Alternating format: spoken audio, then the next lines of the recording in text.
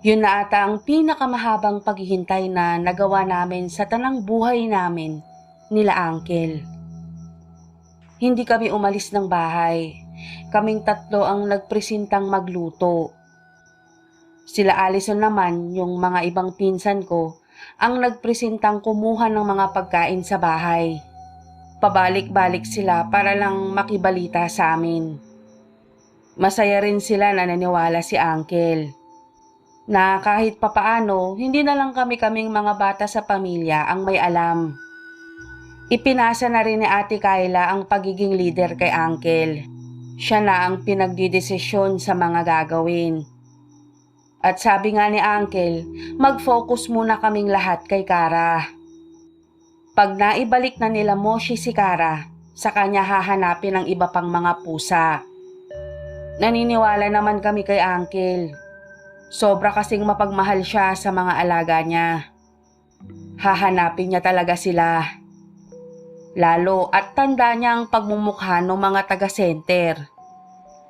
Nang magdadapit hapon na, parang sinisilihan na ang puwet naming tatlo. Hindi na talaga kami mapakali. Medyo nabwisit pa nga sa amin nun si Lolo na umuwi para magpahinga ng konti. Hindi kasi kami mapirmi sa isang tabi. Pero sinenyasan lang kami ni Uncle na wag na lang itong pansinin. 8:00 ng gabi, umuwi si Mama para ayain si Lolo na mag-drive sa Kapitolyo. Meron kasing nag-report sa police station na may nakitang pag-alagalang babae sa sentro. At based sa description ng tumawag, parang si Kara. Siyempre kahit konti, nabuhayan kami. Kung si Kara nga talaga yun, walang problema. Di magfo-focus na lang kami sa paghahanap sa mga pusa. Kaso, pagdating ng 10:34, lumitaw si Kara sa harapan ng imbakan. Bago siya matumba, nasalo siya ni Uncle na sinigawan agad kami ni Ate Kyla na tumawag ng tricycle. Para kasing naligo sa dugo si Kara. At sa magkabila ang braso niya, akay niya si Moshi at Uwishi. Taranta kaming sumunod sa utos. Yung mga kapitbahay naman na nakarinig sa amin, nagsitalunan at pumapalakpak nang malamang bumalik si Kara. Nagsipasok pa nga yung iba sa bakuran para tulungang akayin si Kara. Kaso, walang kahit na anong sugat si Kara. Yung dugo sa kanya ay galing kila Moshi at Uwishi. At paulit-ulit na sinasabi to ni Kara. Niligtas nila ako, Uncle. Sorry po. Imbis na sa ospital, nangalampag kami ng vet clinic. Nagtamo ng malalalim na kalmot sila Uwishi. Pero pinauwi na kami ng vet. Tatawagan na lang daw niya kami kung magka-problema. Sabi niya, malalalim yung kalmot pero malakas ang paniniwala niyang makakasurvive yung mag-inang pusa. Pagka-uwi namin, yung sasakyan ni Lolo nasa harapan na. Tapos maririnig mula sa loob yung iyak nila Mama. Pagpasok namin sa bahay at mapatingin silang lahat kay Kara, nanlalaki ang mga mata nila. Tapos si Lolo kumuha ng bimpo, binasa niya yun at lumapit siya kay Kara. Pinunasan niya ang mukha nito. At sa unang pagkakataon, nakita naming umiyak si Lolo. Ito ang kwento. May isa pang Kara ang nakita sa may sentro. Siyempre, ang saya-saya nila Mama.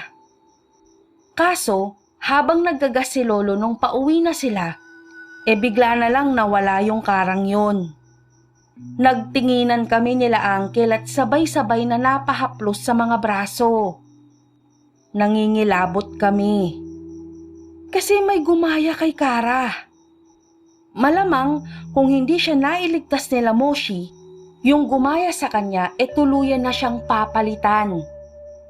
Malilin lang na kami nito ng tuluyan. May napagtanto din kami sa mga oras na yon. May nakatawid na sa portal. Matagal na. Sigurado na rin kami sa mga oras na yun na yung kumuha sa lahat ng mga pusa sa barangay ay mga nakatawid sa portal sa harapan ng imbakan. Siniguro ng mga itong walang nakabantay sa paglabas ng iba pa nilang mga kasama. Tama si Mang Samson. Yung mga pusa lang ang pumipigil sa kanila. At katulad sa ipinangako ni Uncle James, nang masigurong okay na si Kara, pagputok ng liwanag kinabukasan, hinanap namin sa center ang kumuha sa mga pusa. Isinama namin yung ibang kabarangay nilang namimiss na rin ang mga alaga nila. Kaya nang makita nila yung 3 health worker na kumuha, binomba nila ng mga tanong. Lalo na si Uncle na halatang nagpipigil lang ng galit. Kaya lang, yung pinaka-head na doktor sa center pumagitna. Ay, wala pong ganoong nangyari. In fact, itong sila Celine, kagagaling lang sa katatapos na volunteer campaign ng Kapitolyo para sa mga remote barangays dito sa atin. Kaya imposibleng sila yun. Pagkarinig namin nun, bumalik sa amin ang kwento nila mama.